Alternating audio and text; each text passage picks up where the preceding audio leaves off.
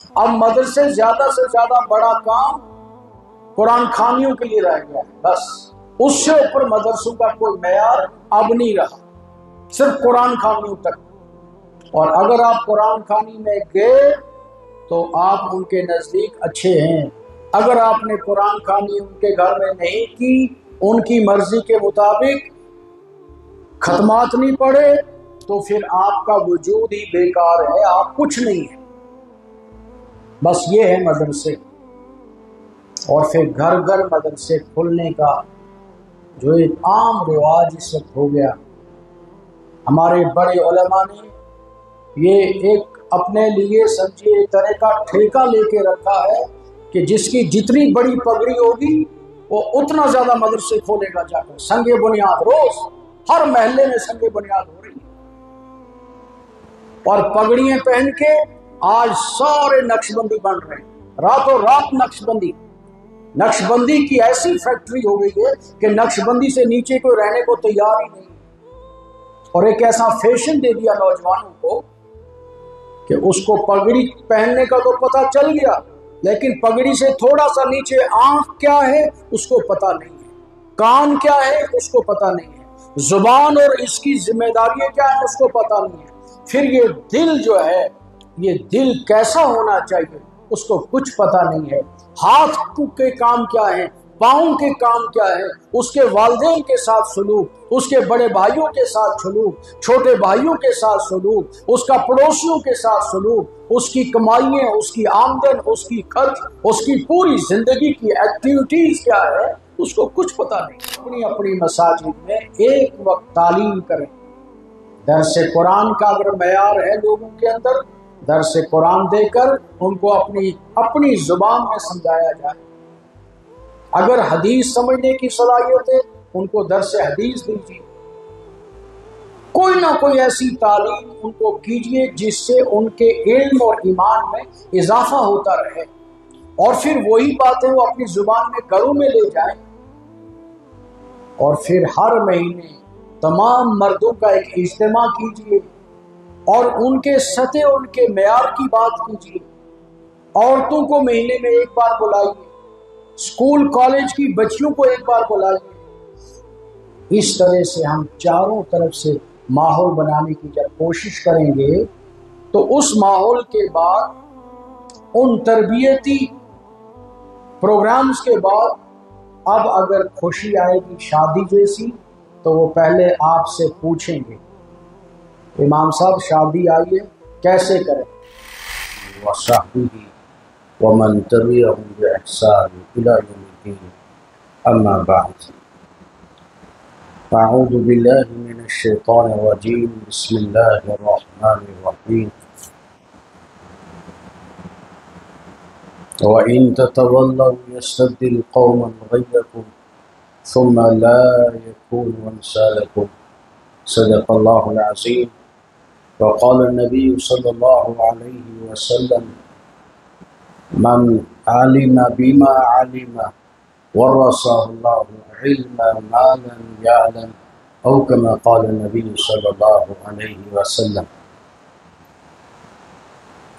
हज़रात उलमाए किराम, आइमाए किराम, हमारे छोटे बड़े भाइयों, हम आपस में आज की इस मजलिस में ये जानने की कोशिश करेंगे कि अल्लाह तबारक व तआला ने हमें जिस कुरानी इल्म से, कुरानी दौलत से मालामाल किया है, उस कुरानी दौलत की खिदमत हम कितना कर रहे हैं, किस अंदाज से कर रहे हैं, और इस मेहनत के करने में जो हमें हालात आते हैं, परेशानियां आती हैं, मसाइल आते हैं और बहुत सारी चीज़ों का सामना करना पड़ता है, तो हम कोशिश करेंगे आज आपस में मिल बैठ के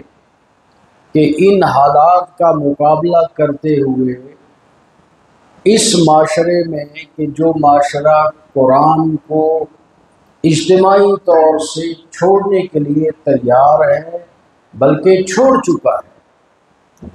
कुरान से रग़बत नहीं है, कुरान से वो ताल्लुक़ नहीं है, कुरान से कुर्बत नहीं है।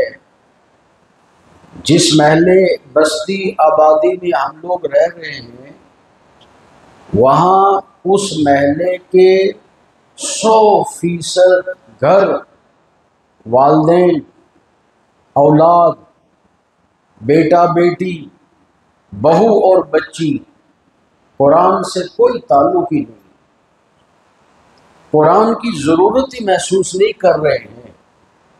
और ऐसे माशरे में हम इमाम हैं, वहाँ ऐसे माशरे में हम मुख्तलिफ वहाँ पर मकातिब चला रहे हैं, ऐसी सोसाइटी में हम मदारिस चला रहे हैं जहाँ बिल्कुल मुखालिफ माहौल है। ज़रूरत नहीं महसूस हो रही है कि मदरसा क्या है।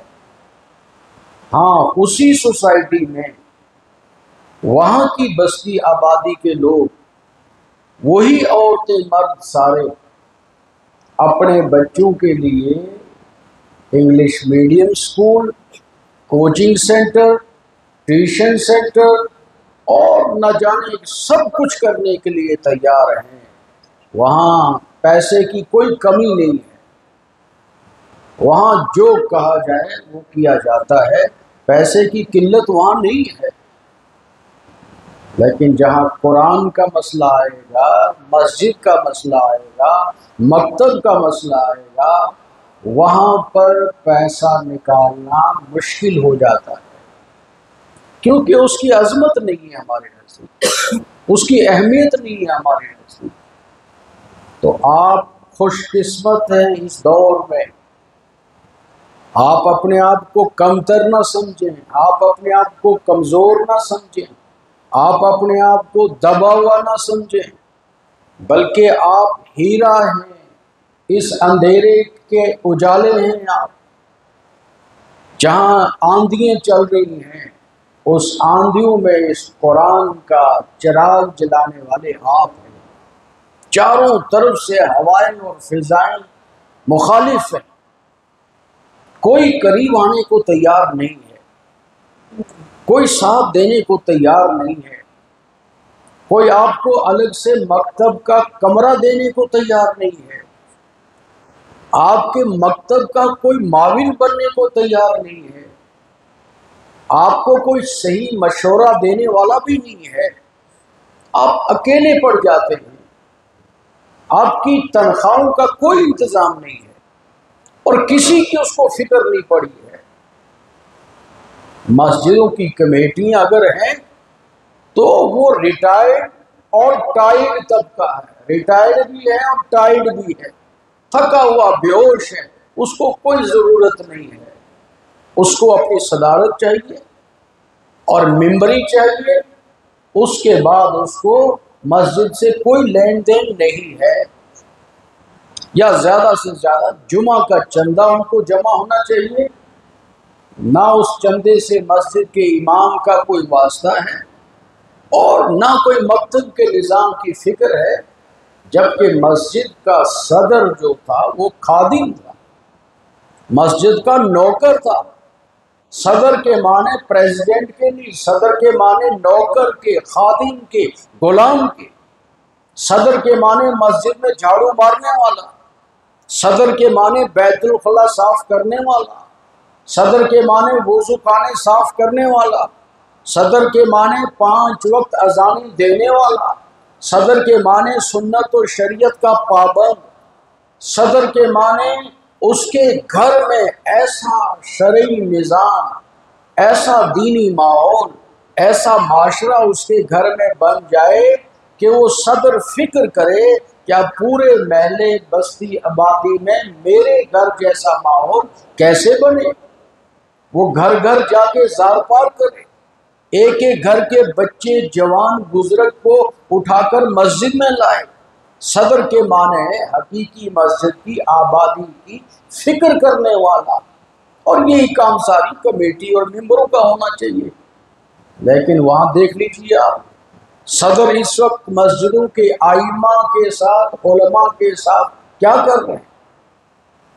किस कदर उलमा को दबाने की, आइमा को मजबूर करने की साजिशें और कोशिशें होती हैं।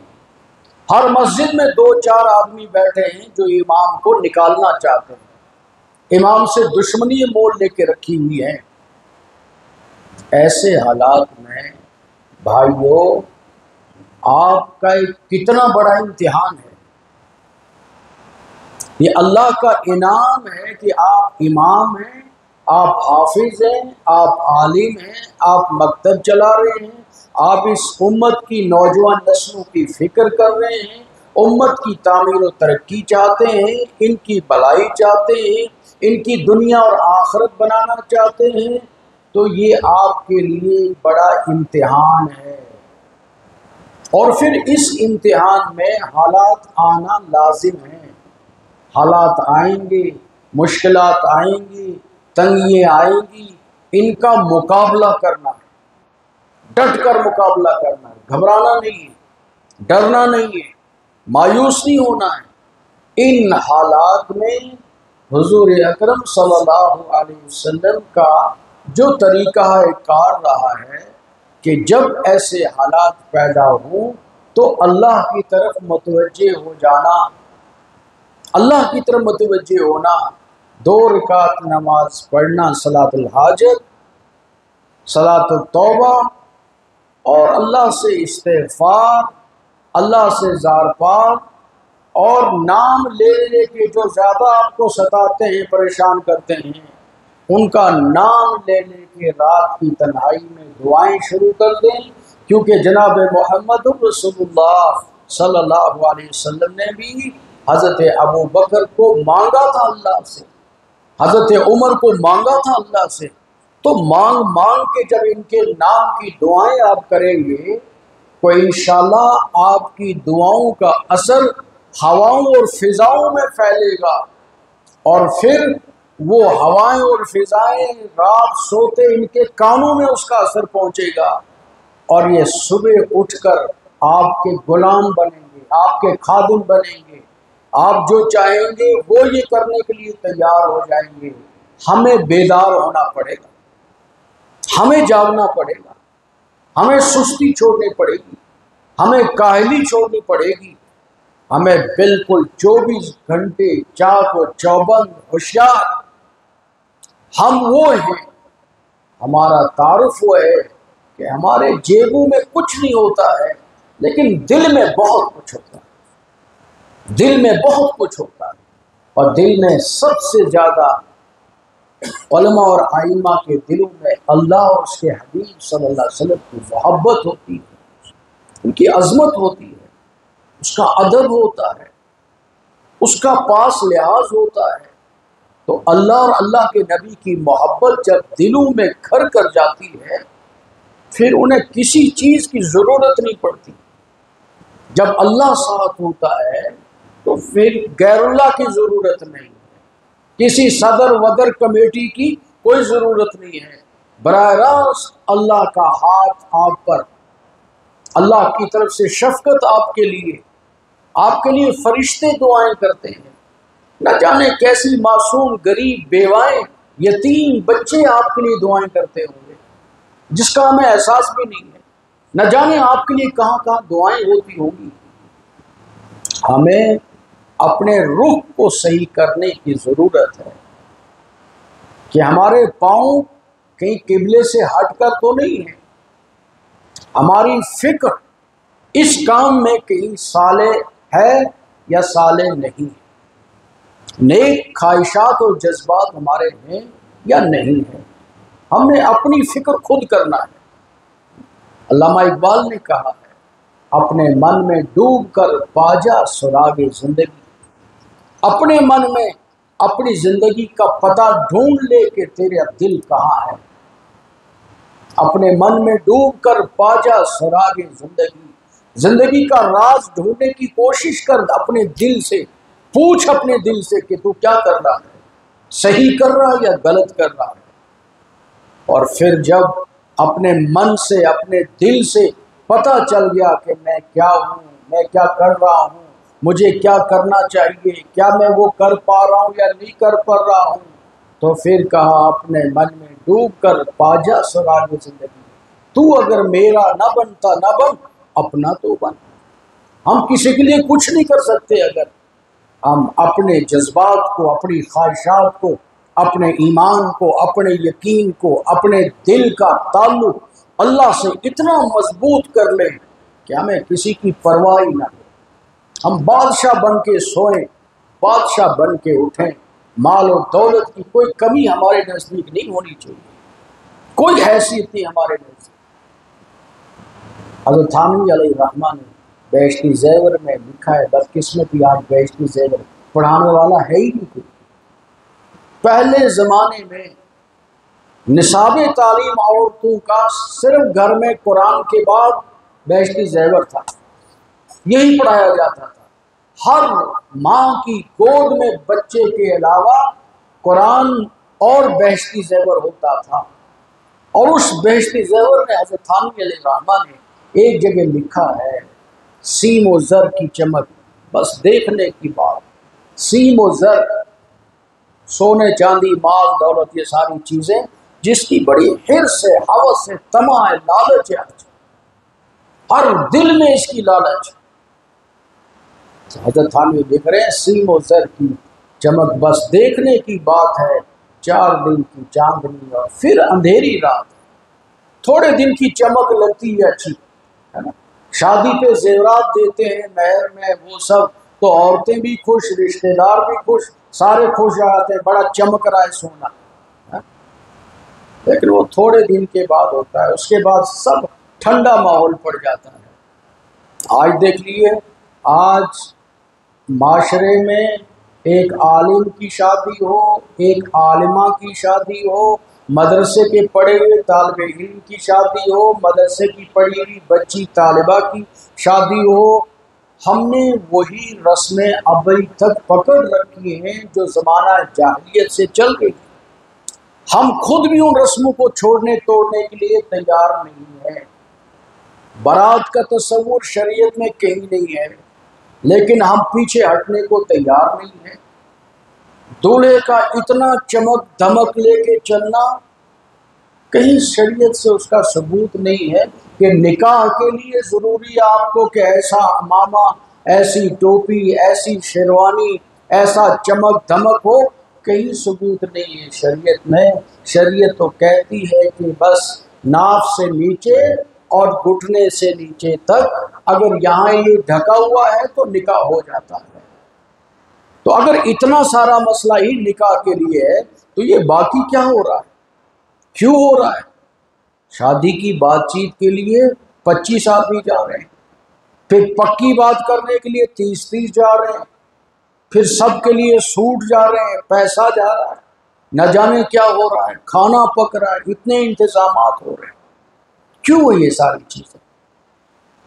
उसके बाद महर तय होता है, महर में खाल उतारते हैं दूल्हे की, जबकि महर शरीयत कहती है कि वो दूल्हे की इस्तिताअत पर है। दूल्हे की इस्तिताअत जो होगी उसके मुताबिक महर होगा। लेकिन 2-4 लीडर किस्म के लोग बैठेंगे, वो लड़की वालों को पंपिंग करते हैं कि नहीं इतना महर लेना है, उसके लिए बेचारा कारी नहीं, लड़के वाला सूद लेता है, कर्ज लेता है और मजबूर हो जाता है।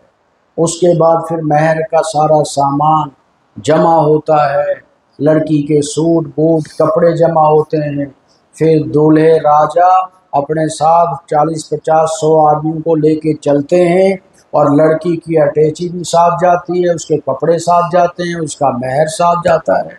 और फिर वहाँ औरतों का मजमा लगता है, वो खोलते हैं, एक एक चीज़ को देखते हैं। सोने को ऐसे औरतें खुरचती हैं नाखून से कि ये ओरिजिनल है या डुप्लीकेट है, फिर वो सारी चीज़ें उसको दिखाई जाती हैं औरतों को, उसकी नुमाइश होती है बाज़ाब्ता। उसी मजमे में यतीम बच्ची बैठी होती है, उसी मजमे में बेवा बहन बैठी होती है, उसका दिल अंदर से रो रहा होता है कि मेरी बेटी और मेरे घर कौन ऐसा ये सामान लाएगा महर का। पहले तो हमारे घर कोई रिश्ता ही नहीं लाएगा, वो यतीम बच्ची भी अंदर से रो रही होती है, उसका दिल चूर चूर हो जाता है, और वो बेवा आंखों से नहीं, वो दिल से रो रही होती है कि मेरे यहाँ कब ये सब कुछ होगा। और उलमा ये सब कुछ देख रहे हैं, आइमा सब कुछ देख रहे हैं, बड़े बड़े उलमा जा रहे हैं निकाह पढ़ाने, लेकिन निकाह के 3 आयात की वजाहत उस दिन भी नहीं हो पा रही है। उस दिन भी कहते हैं गोपन गान से 2-3 गोपन गान में बैठो, उधर ही निकाह कर लो 2-4 आदमी। उस दिन भी मस्जिद में खुलेआम निकाह की गुफ्तगू नहीं होती है, वजाहत नहीं होती है, 3 आयात की तशरीह नहीं होती है कि ये 3 ही आयात क्यों पढ़ी जा रही हैं, और 4-5 आयतें सूरतें क्यों नहीं पढ़ी जाती हैं। बड़े बड़े उलमा भी आकर वो अपने मुक्तदियों, मुरीदों, जाहिलों के कहने पर निकाह पढ़ा के 2 मिनट गोल मोल करके चले जाते हैं, उनको 500 रुपया जेब में डाल देते हैं, बात खत्म हो गई।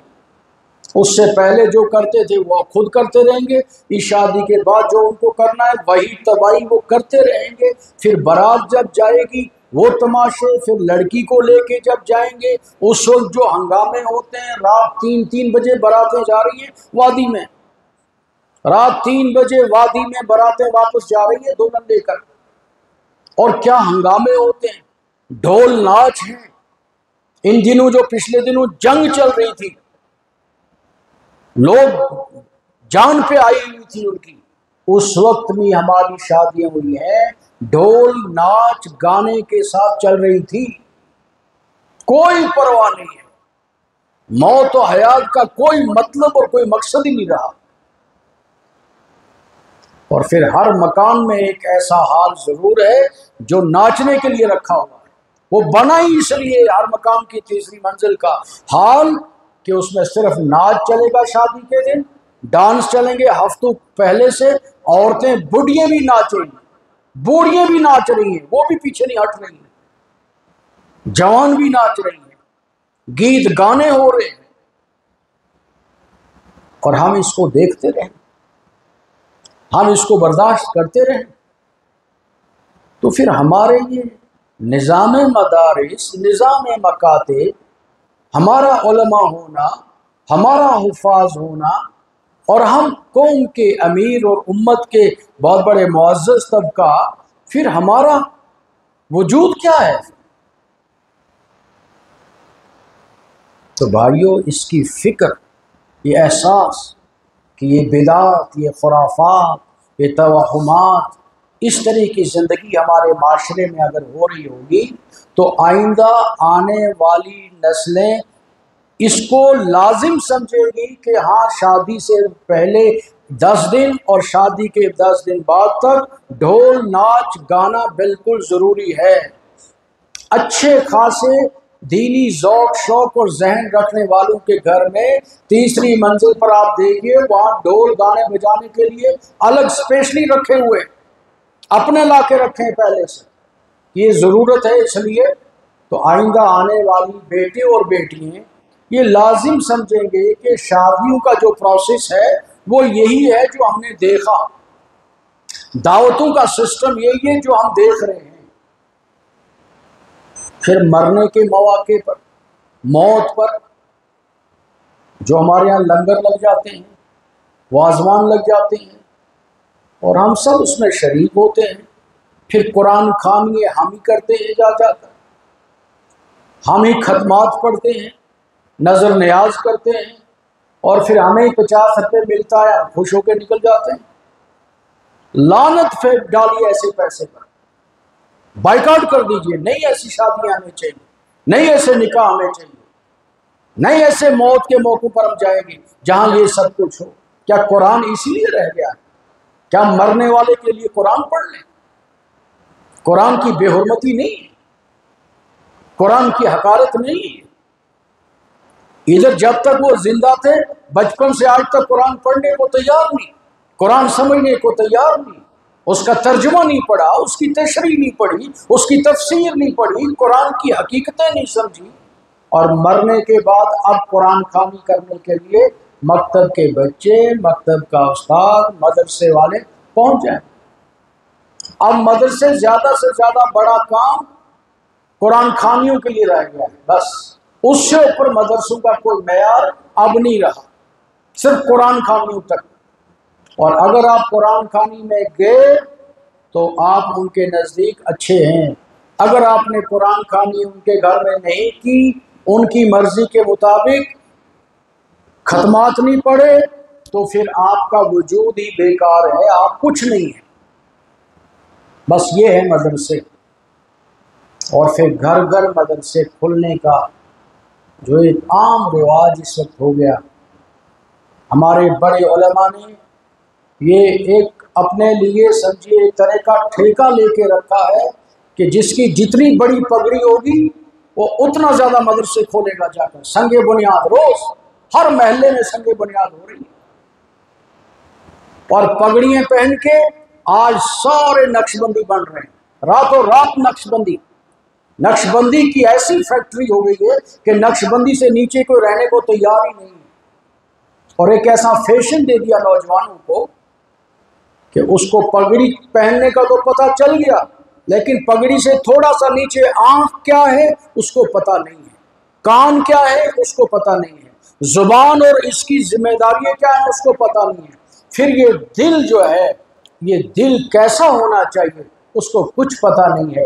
हाथ के काम क्या है, पाँव के काम क्या है, उसके वालिदैन के साथ सलूक, उसके बड़े भाइयों के साथ सलूक, छोटे भाइयों के साथ सलूक, उसका पड़ोसियों के साथ सलूक, उसकी कमाइयाँ, उसकी आमदन, उसकी खर्च, उसकी पूरी जिंदगी की एक्टिविटीज क्या है उसको कुछ पता नहीं। इसलिए भाइयों, खुदारा हम अपनी जिम्मेदारियों को समझें। इस तरह की जो छोटी छोटी मजलिसें, ये बहुत अहम मजलिसें, ये कोई जलसे और प्रोग्राम नहीं, बल्कि कोई किसी को कहना और सुनाना है। कहने वाला भी बहुत ज़्यादा मुस्तहक, सुनने वाले भी मुस्तहक। हम दोनों आपस में मुज़ाकरा करें बैठ कर कि हम कहाँ हैं, किस ज़मीन पर हैं, किस दुनिया में जी रहे हैं। और कुरान ने कहा है वज़क्किर फ़इन्न ज़िक्रा तनफ़उल मुमिनीन। ऐ नबी सल्लल्लाहु अलैहि वसल्लम, आप अपनी उम्मत के लोगों को फरमा दीजिए कि आपस में बैठ के मुज़ाकरा किया करें, भूली भटकी बातों की याद दहानी किया करें, अपनी असलियत और हकीकत को याद किया करें, मौत, कब्र और आखिरत के तज़किरे किया करें। इससे क्या होगा? फ़इन्न ज़िक्रा तनफ़उल मुमिनीन।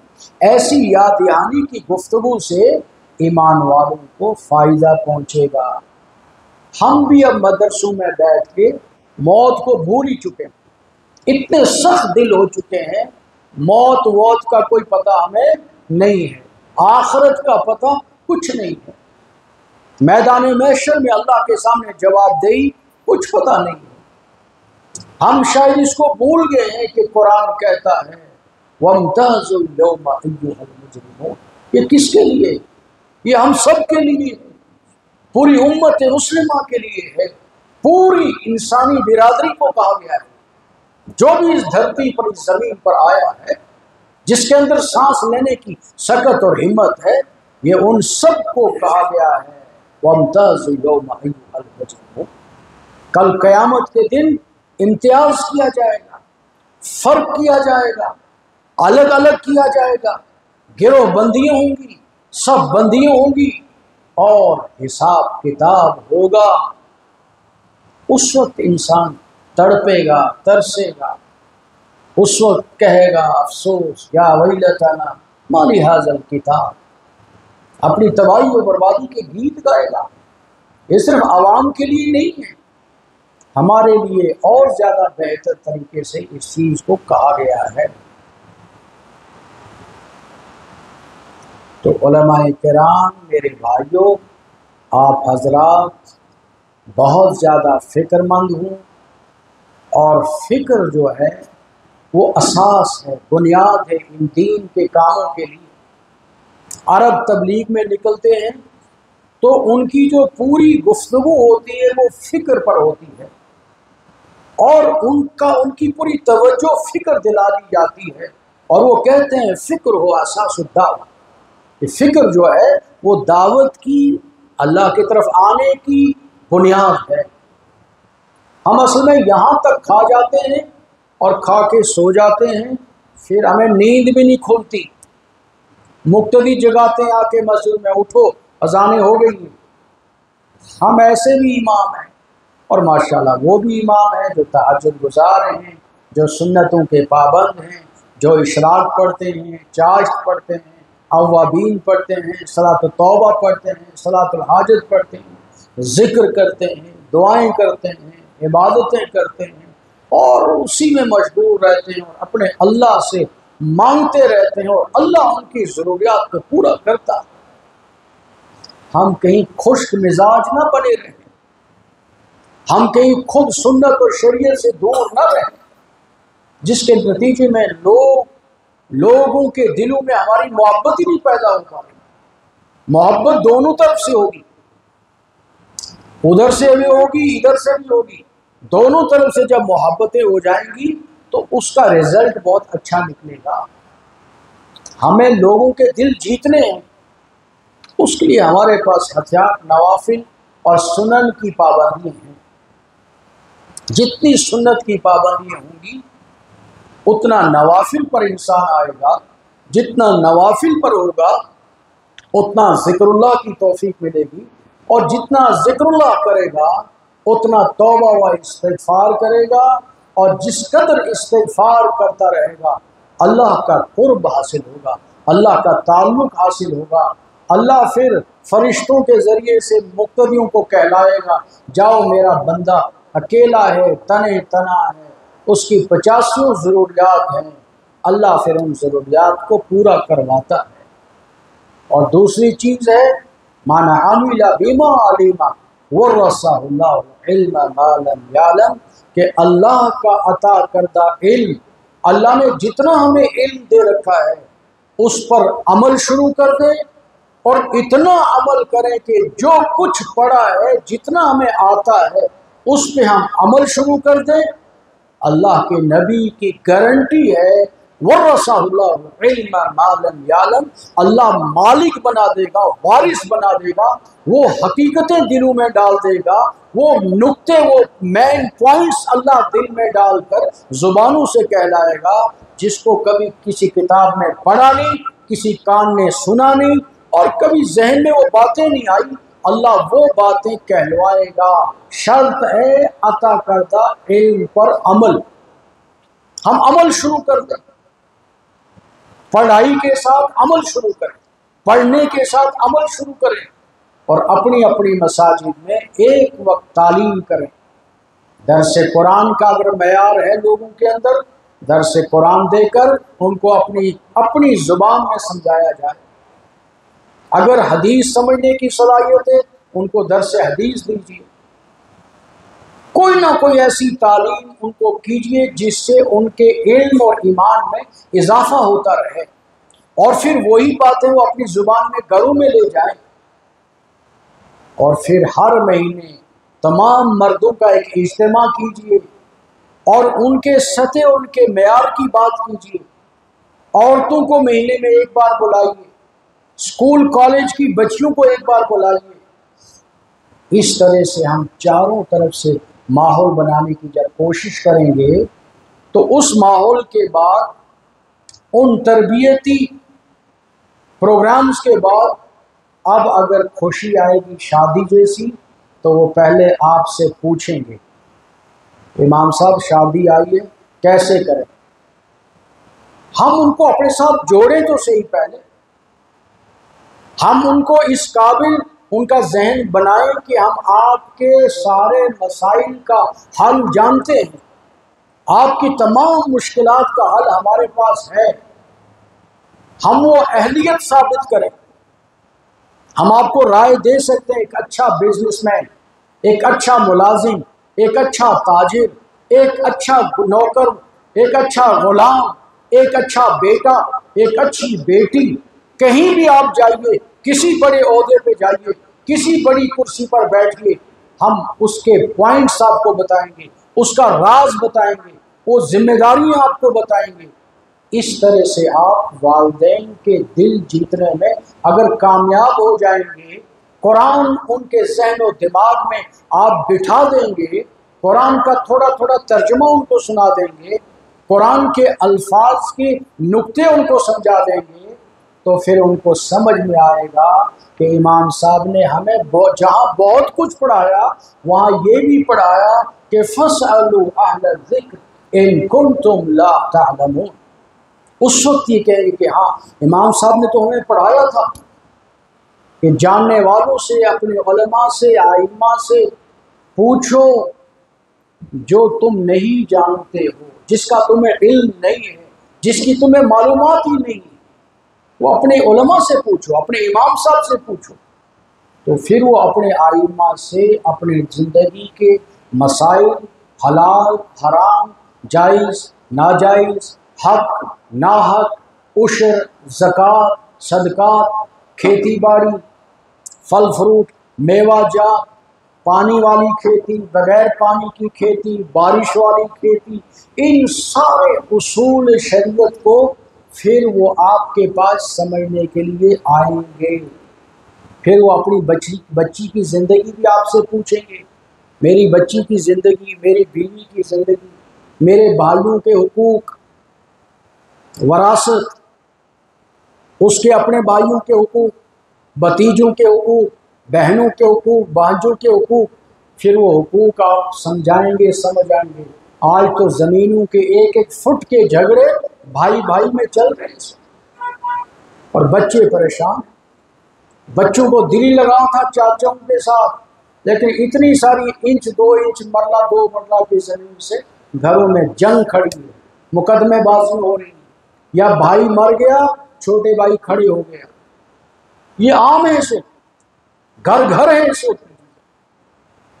और ये सब इसलिए है कि हिर्स व हवस, तमा और लालच इसलिए है मेरे भाइयों कि हमने लोगों के दिलो दिमाग को कुरानी और ईमानी ग़िज़ाओं के ज़रिए उनके दिलो दिमाग को तैयार नहीं किया,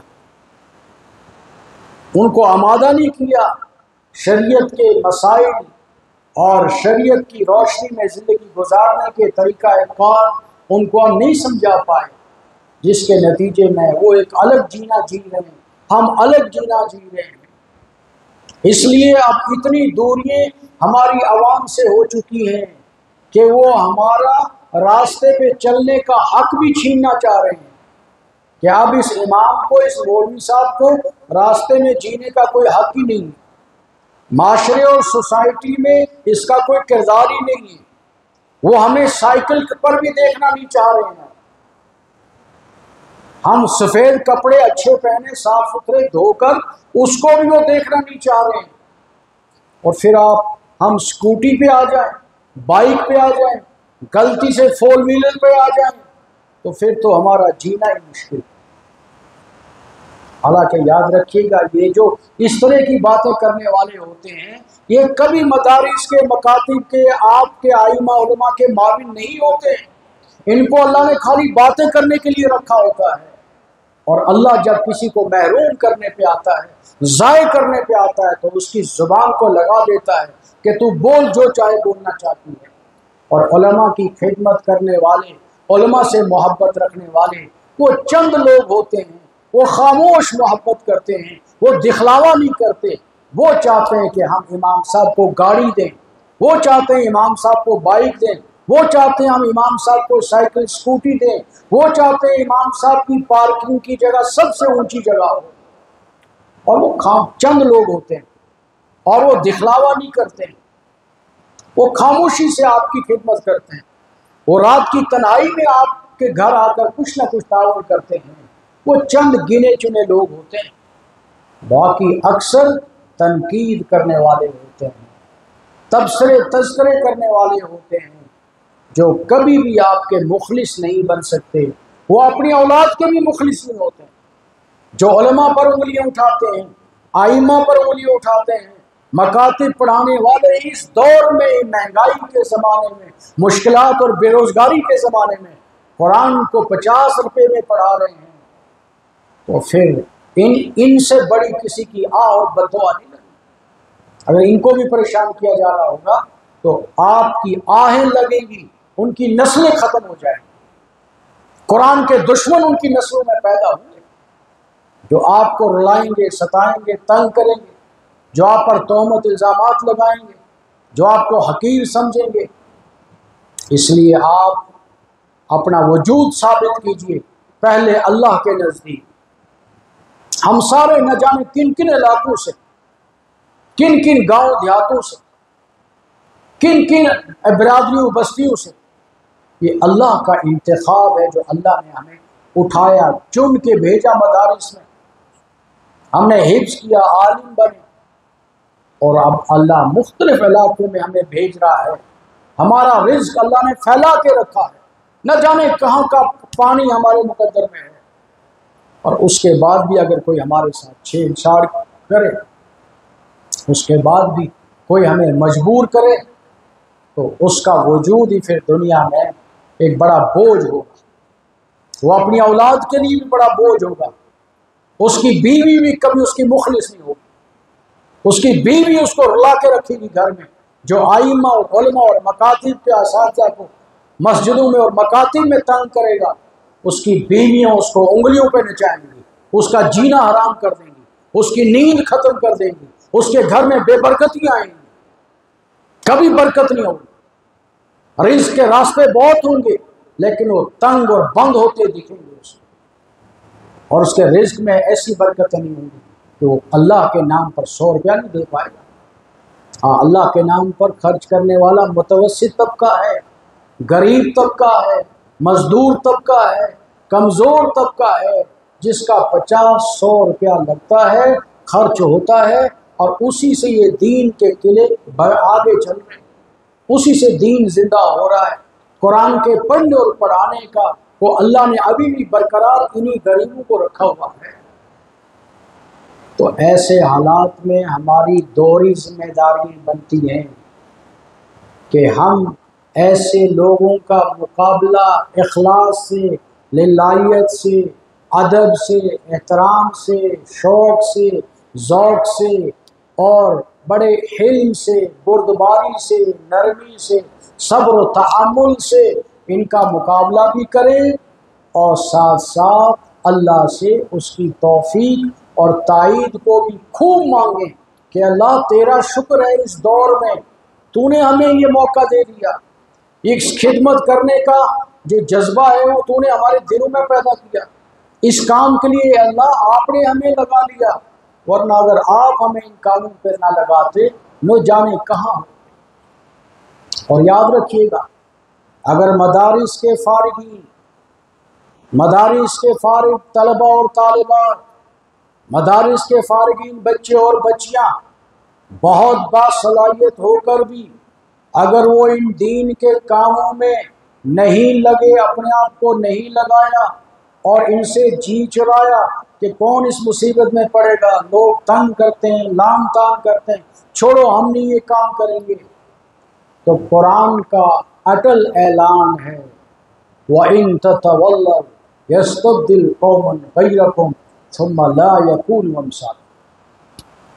अल्लाह नबी के ज़रिए ये कहना चाहते हैं, बल्कि कहला दिया, ऐ नबी सल्लल्लाहु अलैहि वसल्लम, आप ऐसे लोगों से फरमा दीजिए जिनके पास इल्म है, सलाहियत है, मौक़े हैं, पढ़ा है, जानते हैं और सब कुछ जानते हैं, हक़ और बातिल भी जानते हैं और जायज़ और नाजायज़ भी जानते हैं, सारी बारीकियाँ इनके पास इल्म की हैं, उसके बाद भी ये अगर रूबरदानी कर रहे हैं, जानबूझ के खिदमत दीन से अपने आप को हटा रहे हैं, उधर दिल ही नहीं लगता है, उस तरफ जाना ही नहीं चाहते हैं, पैसे की हिर्स और हवस, तमा और लालच में लगकर वो कहते हैं हम तो इससे अच्छा कोई बिजनेस कर लें, कारोबार कर लें, और वो कुरान को धक्का देंगे, पीठ दिखा देंगे, लात मार देंगे। तो कुरान कहता है अगर तुम रूबरदानी करोगे, जानबूझ के पीठ दिखाओगे कुरान को, नबवी तालीम को, इस दौर में जहाँ जहाँ बहुत बड़ी ज़रूरत है इल्म दीन के आम करने की, घर घर कुरान के पैगाम पहुंचाने की। वहां से अगर तुम रोबरदानी करोगे तो कुरान कहता है यस्तब्दिल कौमन गैरकुम, तुम्हें हटा दिया जाएगा, तुम्हें तब्दील कर दिया जाएगा, तुम्हारा इल्म भी छीना जाएगा, तुम्हारा इल्म और बुर्दबारी भी छीन ली जाएगी, तुम्हारा जो इल्मी ज़ौक़ और शौक़ था खत्म कर दिया जाएगा और तुम्हारी जगह दूसरी कौम ला खड़ी कर दी जाएगी। भले से वो इतने बड़े आलिम नहीं होंगे, लेकिन तुम्हारा इल्म की जो निस्बत है वो सारी उनको दे दी जाएगी और वो कुरानी ज़ौक़ उनको दे दिया जाएगा और फिर वो तुम्हारी जगह बेहतरीन खिदमत करेंगे। फिर तुम्हारा कहीं वजूद भी नहीं रहेगा, कोई नाम लेने वाला भी नहीं रहेगा। ऐसे कामों में लग जाओगे, पड़ जाओगे कि कोई कहेगा ही नहीं ये कभी आलिम हाफिज रहे। यस्तब्दिल कौमुन गैरकुम सुम्मा ला यकूनु अमसालकुम, कहीं मिसाल देने वाला भी कोई नहीं होगा, खत्म कर दिया जाएगा। इसलिए भाइयों, थोड़ी सी जिंदगी है, चंद रोज़ा है, मौत सामने है, जिंदगी हादिसाती है, एक्सीडेंटल दौर है, जवान जा रहे हैं, नागानी आफात है, रात को सोया सुबह उठा ना उठा कुछ पता नहीं लगता। ऐसे माहौल में, ऐसे हालात में हमने अपनी ज़िंदगियों की कदर करते हुए अपने इल्म की कदर करना और बस उस एक अल्लाह से अपना राब्ता मजबूत करना। दुनिया में वही एक अल्लाह है, वही इलाह है, वही माबूद है, उससे बड़ा दुनिया में कोई नहीं। ना कोई पहाड़ बड़ा, ना कोई समंदर बड़ा, ना कोई जंगल बड़ा, बड़ा है तो एक अल्लाह है। उसके बाद जनाब मोहम्मद रसूलुल्लाह सल्लल्लाहु अलैहि वसल्लम, उनकी तालीमात है और फिर हमारे लिए कुरान भरा पड़ा है, भरी पड़ी है कुरान में हमारे लिए दावत व फिक्र की मिसालें।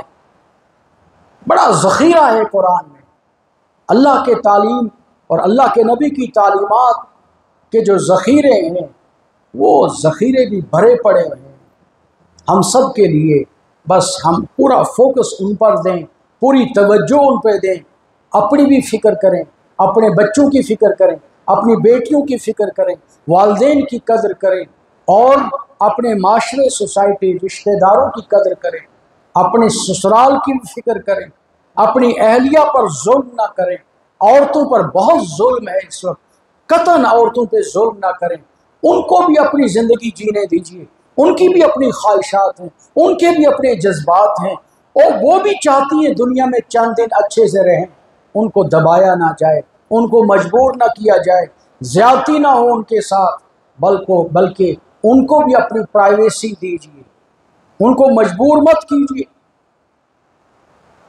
आज शादियाँ इसलिए होती हैं कि बहू को लाएंगे तो वो घर में काम करेगी, इसलिए शादियाँ होती है, नहीं होती। बड़े से बड़े दीनी घराने में भी मकसद शादी का यही है, दुल्हन आएगी वो काम करेगी। 5 भाई हैं, 5 के 5 भाइयों की, 4 बहनों के कपड़े भी धुलेगी और सारा काम भी करेगी और सफाई भी करेगी, प्रेस भी करेगी, सारे काम। सुबह सबसे पहले उठेगी, रात को आखिर में, सबके आखिर में सोएगी। उसके बाद भी उससे ना सास खुश है, ना ससुर खुश है, ना देवर खुश है, ना जेठ खुश है और शौहर भी खुश नहीं। पूरी जिंदगी बेचारी से कोई खुशी नहीं। फिर वो घुट घुट के जीती है, फिर वो बीमार हो जाती है, कमज़ोर हो जाती है, उसका फिर ब्लड भी कम हो जाता है, ऐसी बीमारियां घर कर जाती हैं। अपनी बीमारियों को वो डॉक्टर क्या, वो अपने शौहर को भी नहीं बता पाती है और फिर वो जॉइंट फैमिली में रहकर दबा के रखा होता है सब ने। जबकि हम सब पढ़े लिखे लोग, उम्मत में अक्सर पढ़े लिखे लोग सब जानते हैं कि जॉइंट फैमिली सिस्टम खिलाफ शरीयत है, जॉइंट फैमिली सिस्टम खिलाफ शरीयत निज़ाम है। आपको मोहब्बत है माँ बाप से, आप उसका इंतज़ाम कीजिए। आप औरत को मजबूर नहीं कर सकते कि हमारे सास ससुर की खिदमत करें। और फिर इस दौर में जो सास है वो भी कोई इसराइल से कम नहीं है, इस दौर की जो सास है इस्राइल से कम वो भी नहीं है, जो जुल्म करती है वो अपनी बहू पर। रिश्ता करते वक्त वो क्या उसको चूमती है और कहती है मेरी बच्ची है, लेकिन हफ्ते के बाद जो कुछ उसके साथ होता है वो हम सब के सामने है। और अपनी बच्ची के साथ क्या होता है वो भी हमें पता है।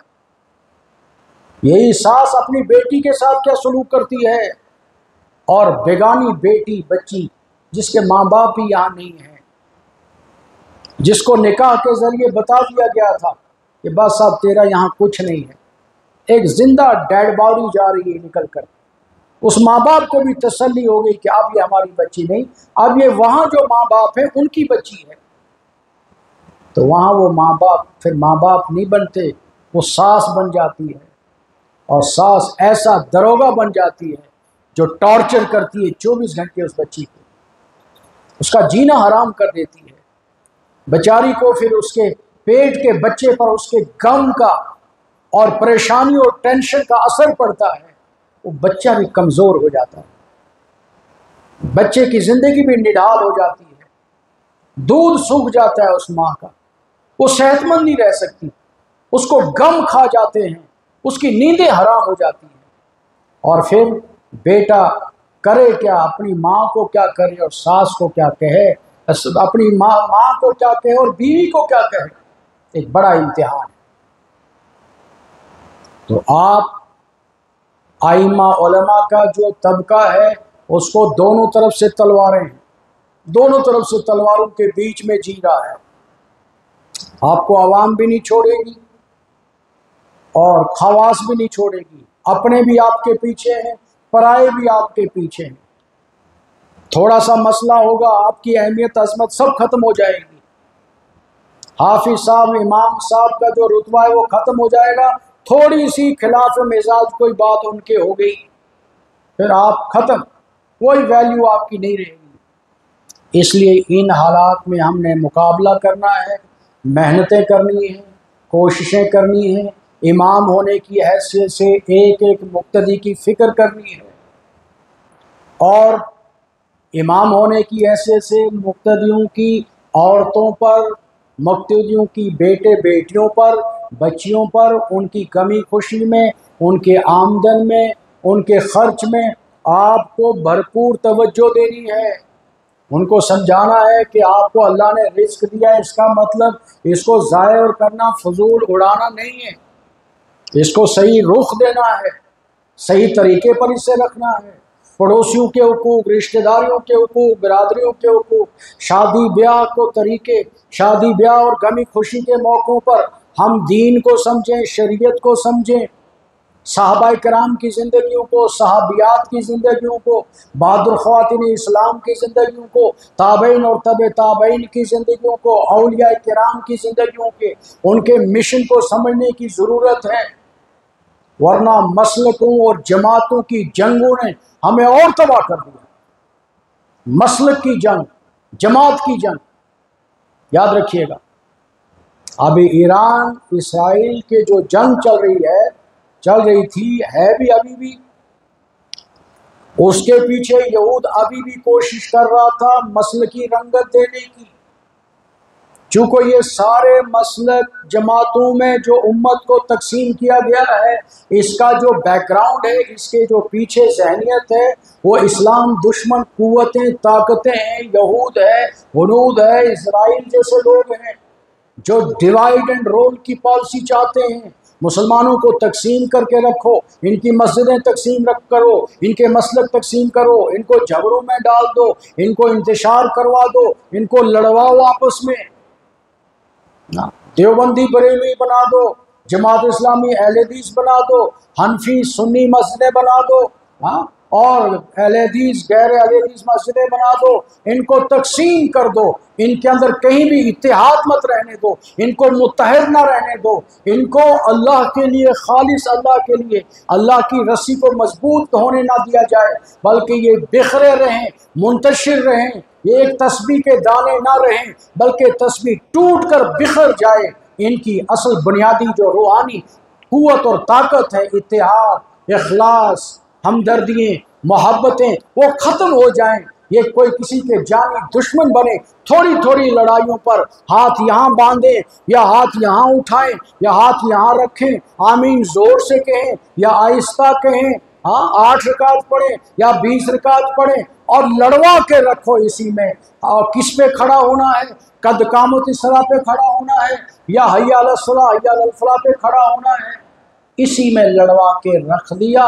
और एक बहुत बड़ा तबका उम्मत का है, वो कहता है तुम 4-10 लड़ते रहो और हमें ज़रूरत नहीं है मस्जिदों में आने की, वो मस्जिदों से दूर हो गए। ये सारी लड़ाइयाँ झगड़े मसलकों के, जमातों के और जमीयतों के जो झगड़े हैं, जो तफरीक और तकसीम है, वो सिर्फ और सिर्फ हमें तबाह बर्बाद करने के लिए है। हमारा खात्मा चाहते हैं, हमारा वजूद ना रहे, हम तरक्की ना करें, हमारी नस्लें आगे एक होकर काम ना करें। वो कुरान के इत्तेहाद को ना समझें कि कुरान कहता है वातसिमू बिहब्लिल्लाहि जमीअन वला तफर्रकू, कि कहीं वो इसकी तशरीह ना समझें आने वाली नस्लें, इसलिए वो इंतशार में इख्तलाफ में रहें। चोरी से लिटरेचर तकसीम किया जाता है, स्कूलों में घुसाया जा रहा है, बसों में रिक्शे में डाला जा रहा है। ये हमारा मसलक, हमारी जमात, हमारा लिटरेचर, हमारा कुछ नहीं। हमारा एक अल्लाह है, एक अल्लाह की किताब है और एक नबी सल्लल्लाहु अलैहि वसल्लम की तालीमात है, शरीयत है, इस्लाम है, दीन है, बस। उसके अलावा नीचे कोई झगड़े नहीं, कोई फितने नहीं। इन सब को ख़त्म कर दीजिए, इन मसलों और जमातों की लड़ाइयों को ख़त्म करके एक बनिए, नेक बनिए, अच्छे बनने की कोशिश कीजिए, सादगी पर उम्मत को लाइए, ज़मीन पर होने वाले फितनों को ख़त्म कर दीजिए, लड़ाई झगड़े मुकदमेबाजियाँ ख़त्म करवा दीजिए। और जितना इत्तेहाद उम्मत में पैदा होगा उतना अल्लाह की तरफ से मदद आएगी, अल्लाह की रज़ा के ऐलान और इजहार होंगे, जिसके नतीजे में इंशाअल्लाह दुनिया में अमन कायम होगा, झगड़े ख़त्म हो जाएंगे, फितने फसादात ख़त्म होंगे, बॉर्डर्स के झगड़े ख़त्म हो जाएंगे, पूरी इंसानियत एक हो जाएगी। हमें पूरी इंसानी बिरादरी की फ़िक्र की ज़रूरत करनी चाहिए। हमें उम्मत की फ़िक्र के साथ साथ पूरी दुनिया में जो इंसान इस ज़मीन और धरती पर चलते हैं उनके लिए फ़िक्रमंद होना चाहिए। किसी इंसान पर जुल्म ना हो, किसी इंसान की दिल आज़ारी ना हो, किसी को तकलीफ़ ना पहुँचाई जाए, किसी को दुख ना दिया जाए, किसी पर ज़्यादती ना किया जाए, किसी के घर को नुकसान ना पहुंचाया जाए, किसी के बच्चों को नुकसान ना पहुंचे, किसी की बेटी को नुकसान ना पहुंचे। दुनिया की हर बेटी हमारी है, दुनिया का हर बच्चा हमारा है, दुनिया का हर इंसान हमारा है। हम सब एक हैं और इंसान हैं और उसके बाद थोड़ी सी ज़िंदगी लेकर आए हैं, आखिर मौत है, मरना है, कब्रिस्तान भर रहे हैं, लेकिन हमें अपनी मौत, कब्र, आखिरत का कोई तसव्वुर ही नहीं है। अल्लाह से दुआ है कि अल्लाह तबारक व तआला आज की इस मजलिस को अपनी बारगाह में कबूल फरमाए। और आप हजरात बड़ा कीमती वक्त निकाल कर आए हैं, अल्लाह आपके इस वक्त के निकालने को कबूल फरमाए, अल्लाह आपकी जायज़ तमन्नाएँ पूरी फरमाए, अल्लाह आपकी परेशानियाँ ख़त्म फरमाए, अल्लाह आपकी नस्लों में दीन के दाई, शिदाई और मुहाफ़िज़ और तर्जुमान पैदा फरमाए और पूरी ज़िंदगी आपसे, आपकी नस्लों से अल्लाह कुरान की खिदमत लेते रहे। अल्लाह इस इलाके समेत इस ज़िले की और पूरी वादी की, रियासत की अल्लाह हिफाजत फरमाए। अब दुआ करेंगे।